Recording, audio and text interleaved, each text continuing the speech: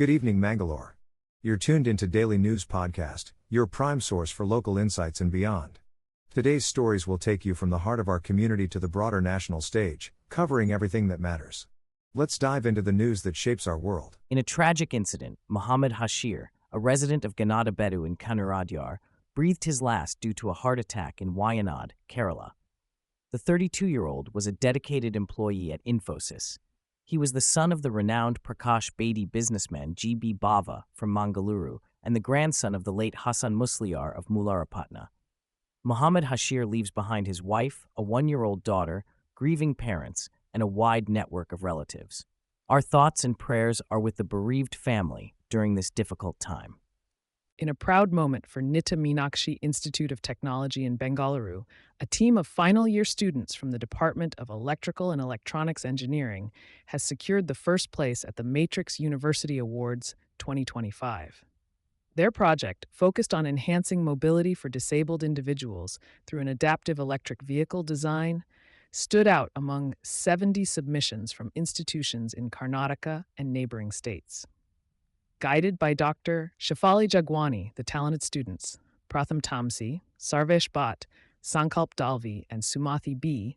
received accolades for their innovative approach. The team was awarded a cash prize of $40,000 and a mentorship opportunity from EV industry leaders. Their success highlights Nitte University's commitment to fostering innovation and socially conscious engineering. In Puttur, a case has been filed against the SDPI Puttur president and 30 others for organizing a protest without permission. The protest was staged at Kili Maidan to denounce a rape incident allegedly involving a BJP leader's son. The group, led by Ashraf Bao, demanded justice for the victim. Police have registered a case under Sections 189C of the Bharatiya Nyaya Sanhita and Section 109 of the Karnataka Police Act for unlawful assembly and disturbing public peace. With multiple festivals approaching, Mangaluru City Police have issued guidelines to ensure public safety and harmony during upcoming events. The directive covers festivals like Muharram, Krishna Janmashtami, Ganesh Chaturthi, Eid Milad, Navaratri, Deepawali, and Christmas. Key points include securing permission for events, restrictions on noise levels and DJ systems, 24/7 security and CCTV surveillance, prohibition of hate speech, proper crowd management, compliance with structure and vehicle regulations, fire safety, traffic and emergency access, protection of property, and cleanliness. Failure to comply will result in legal action under various laws. The police have urged organizers and the public to cooperate for a peaceful celebration of festivals. In a bid to bolster their operational readiness, the Mangaluru City Police conducted a specialized training session for the newly formed Special Action Force, SEF, which encompasses areas across Dakshina Kannada, Udupi, and Shivamogga districts. Commissioner of Police in Dig SAF, Sudhir Kumar Reddy CH, oversaw the session at Nehru Maidan in Mangaluru. The training included practical demonstrations on the usage of anti-riot weapons and equipment to handle mob unrest and communal tensions. Approximately 95 officers participated actively in the training. Furthermore, select officials from the intelligence wing received training on social media monitoring to track hate speech and incendiary content online. The initiative aims to uphold communal harmony within the regions. The SAF, with headquarters in Mangaluru, was inaugurated on June 13th by Karnataka Home Minister Dr. G. Parameshwara. The force comprises 3 companies strategically positioned across the designated districts and led by Mangaluru CP Sudhir Kumar Reddy under the guidance of IGP, Western Range Amit Singh. Each company includes 78 personnel and officers, with additional members stationed in Mangaluru.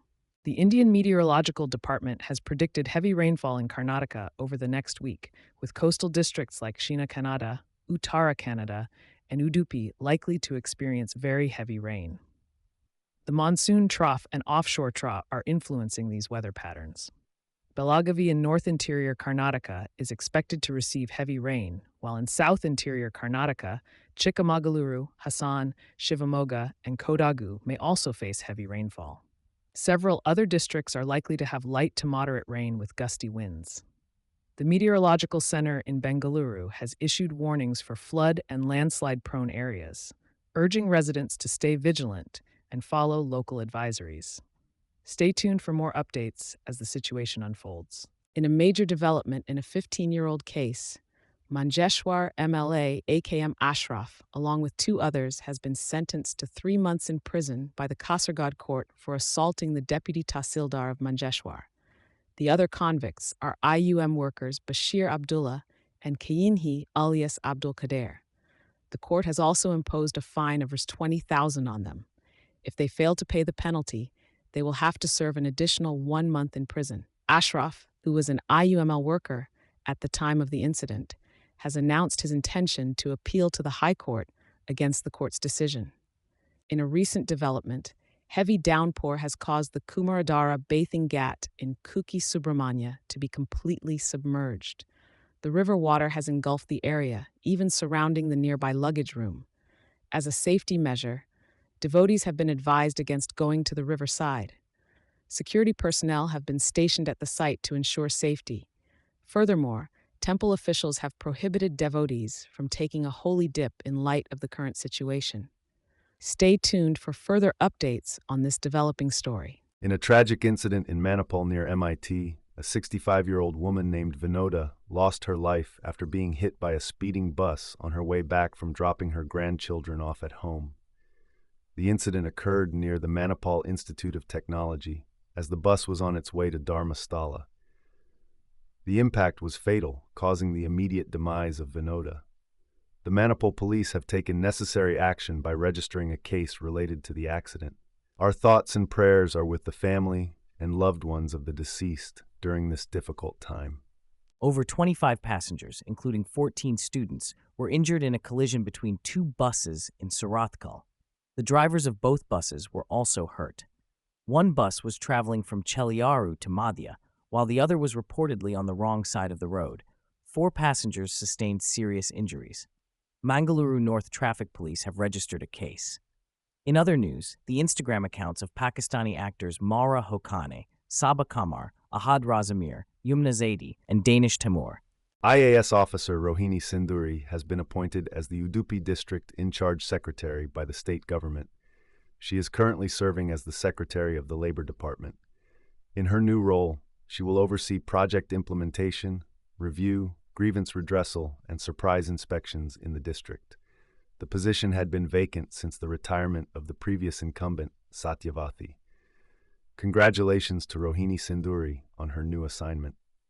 In a significant development, Karnataka Transport Department has reversed the exemption for permits for public transport vehicles running on battery, methanol, and ethanol. The move aims to regulate these vehicles and ensure driver-owner accountability. New and registered vehicles falling under these categories will now be issued permits without any fee. The decision comes after opposition from traditional vehicle operators, especially autorickshaw owners, who protested against the entry of e-autorickshaws without permit restrictions. Transport Minister Ramalinga Reddy emphasized the need for accountability and safety measures like GPS tracking for non-conventional vehicles. While permits are now mandatory, delays in issuing them will not incur any additional fees. This measure is intended to level the playing field and encourage eco-friendly transport options in the region. Prime Minister Narendra Modi made history by becoming the first Indian Prime Minister to address the Parliament of Ghana in 3 decades. During his visit, PM Modi praised Ghana as a beacon of inspiration for Africa, emphasizing the importance of giving voice to the global South for progress. India and Ghana signed agreements in various sectors like research, medicine, and cultural exchange. PM Modi paid tribute to the visionary leader, Kwame Nkrumah, and expressed gratitude for being bestowed with Ghana's highest civilian honor. He highlighted the strong bond between India and Ghana, noting the seamless integration of the Indian diaspora into Ghanaian society. PM Modi assured Ghana of India's unwavering support and friendship, stating that the relationship between the 2 countries knows no bounds. The Parliament of Ghana warmly welcomed PM Modi's words, reflecting the strong ties between the 2 nations. Mangalore, today's big news. U.S. President Donald Trump's One Big Beautiful Bill faces an uncertain fate in the American Congress. The bill, set to impact U.S. national debt and health care, has divided opinions within Trump's own Republican Party and opposition Democrats. This legislation, which aims to slash social welfare programs and add $3 trillion to the national debt, has undergone revisions, including a major change benefiting India. The proposed tax rate on remittances to countries like India has been reduced from 5% to just 1%. This move will bring relief to thousands of NRIs and Indian professionals working in the U.S. Nearly 45 lakh Indians living in the U.S., including 32 lakh persons of Indian origin, will benefit from this tax reduction on international money transfers made by U.S. residents, irrespective of citizenship. This bill exempts remittances funded through U.S.-issued debit or credit cards, bringing a positive change for the Indian community in the U.S. In a recent study conducted by researchers from IIT Delhi, International Institute for Population Sciences Mumbai, the UK and Ireland, it was found that exposure to air pollution during pregnancy significantly impacts birth outcomes in India. The study, based on data from the National Family Health Survey 5 and remote sensing, revealed that increased exposure to PM2.5 pollutants during pregnancy led to a 40% higher chance of low birth weight and a 70% higher chance of premature delivery. Northern states like Himachal Pradesh and Delhi showed a higher prevalence of premature births and low birth weight, linked to higher levels of PM2.5 pollutants. The study highlighted the need for targeted interventions in northern districts and the implementation of the National Clean Air Program to improve air quality. Researchers also emphasized the importance of including climate adaptation strategies in public health planning to mitigate the risks posed by air pollution and climate change, especially for pregnant women. In a recent development, Chief Minister Siddaramaya's statement linking heart-related deaths in Hassan district to COVID-19 vaccines has been refuted by the Union Health Ministry and senior health officials. Studies conducted by reputable research bodies like ICMR, AIIMS, and NCDC have found no evidence linking COVID-19 vaccination to sudden deaths. Lifestyle factors, genetics, and pre-existing conditions have been identified as key contributors to such deaths. The ICMR-NIE study, which analyzed healthy individuals who died suddenly, also found no association between COVID-19 vaccination and sudden deaths. Dr. Manoj Murhekar emphasized that COVID-19 vaccines are not the cause of sudden deaths and highlighted factors like severe COVID infection, strenuous exercise, binge drinking, and drug use as potential risks. The government is taking the recent incidents in Hassan district seriously and is conducting further investigations to determine the exact causes of these deaths. Stay tuned for more updates on this developing story. In recent developments, India is expressing deep worries over the kidnapping of 3 Indian workers in Mali amidst a series of terrorist activities in the region. The individuals were taken from the diamond cement factory in Kayes by armed attackers on July 1st. The Ministry of External Affairs has urged the Mali government to ensure the swift release of the abducted citizens. Although no group has claimed responsibility, the al-Qaeda affiliate JNIM has claimed coordinated attacks in Mali. The Indian embassy in Bamako is in constant contact with local authorities and the factory. The government strongly condemns the violence and is working tirelessly for the safe return of the hostages. Indians in Mali are advised to be cautious and seek help from the embassy when necessary.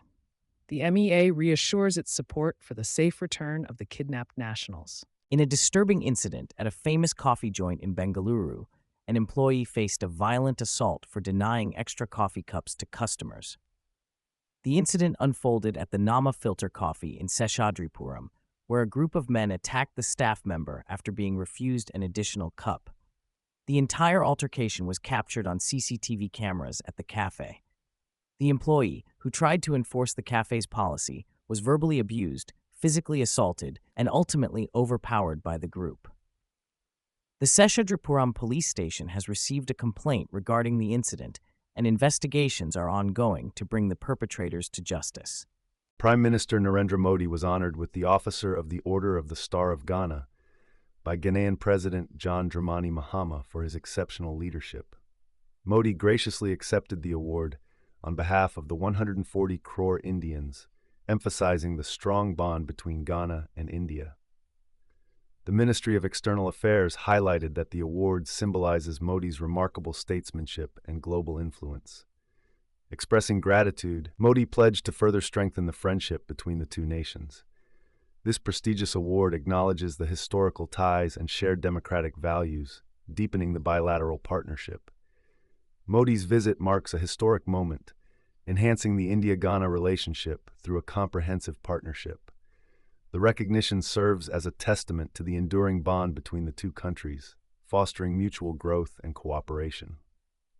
In a recent development, India, along with the Quad nations, Australia, Japan, and the United States, joined hands to condemn the terrorist attack in Pahalgam, Jammu and Kashmir. The Quad issued a joint statement denouncing the heinous act that claimed the lives of 25 Indian nationals and one Nepali citizen. Despite declining to sign a joint communiqué at a Shanghai Cooperation Organization meeting, which omitted reference to the attack in J&K, India stood firm in condemning terrorism in all forms. However, the statement refrained from pointing fingers at Pakistan, where the terrorist group responsible for the attack, the resistance force, is linked. The Quad urged all UN member states to cooperate in bringing the perpetrators to justice.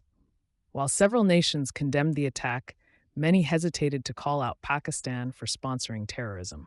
Amidst cross-border tensions between India and Pakistan, U.S. President Donald Trump claimed credit for brokering a ceasefire, reiterating close ties with both nations. Despite Pakistan being praised for counterterrorism efforts, concerns remain regarding its role in supporting terrorist activities against India. The Karnataka government has initiated an inquiry into alleged financial irregularities at the prestigious Kannada Sahitya Parishat, KSP, ahead of the 88th All India Kannada Sahitya Sammelana in Ballari. KSP President Mahesh Joshi is under scrutiny for purportedly overseeing financial discrepancies. The investigation, led by Joint Registrar P. Shashidhar, will focus on various allegations dating back to 2022-23, including mismanagement of grants, irregularities in vehicle transactions, questionable procurement practices, and misuse of funds. Writers' representatives, including Shrikante Gowda and Banjagiri Jayaprakash, have urged Housing Minister Zamir Ahmed Khan to probe Joshi's actions. Stay tuned as we bring you more updates on this developing story. In a significant development, negotiations for an interim trade deal between India and the United States are in progress in Washington, with sources suggesting it could be finalized within the next 48 hours. Both sides are at loggerheads over key issues such as India's stance on genetically modified crops and Washington's push for greater access to Indian agricultural and dairy sectors. However, there are indications that these contentious sectors may be excluded from the proposed deal to safeguard rural livelihoods and food safety concerns. On the flip side, India is advocating for tariff concessions on labor-intensive exports like footwear and garments, while emphasizing the need for reciprocal tariffs on its exports to achieve the target of doubling bilateral trade to $500 billion by 2030. The focus of the deal has now shifted towards reciprocal tariff reductions to enhance both nations' competitiveness. U.S. President Donald Trump has expressed optimism about reaching a favorable trade deal with India soon, emphasizing reduced tariffs for enhanced competitiveness. The prospect of a bilateral trade agreement looms large as negotiations continue amidst the looming threat of reimposed tariffs if an agreement is not reached. In recent events, the ban on social media accounts of Pakistani actors and cricketers in India has been reinstated due to technical reasons. Accounts of celebrities like Maura Hochane, Saba Kamar, and cricketers Shahid Afridi and Shoaib Akhtar were accessible briefly before being blocked again. Notable personalities like Fawad Khan and Mahira Khan still remain inaccessible. This action follows the Indian government's directive in May to halt the streaming of Pakistani content on OTT platforms in order to safeguard India's sovereignty. All Indian Cine Workers Association has appealed to Prime Minister Narendra Modi for a permanent ban on Pakistani artists' presence in India, emphasizing respect for the Indian armed forces and victims of terror attacks. This decision comes in the wake of escalating tensions after the recent terror attack in Pahalgam, leading to severe diplomatic measures between India and Pakistan. And that's a wrap for today. We're thankful for your viewership and invite you to delve deeper into today's topics at mangaloretoday.com. Keep up with the ever-evolving world by subscribing to our channel. Thank you for being part of our day. Good night and stay informed.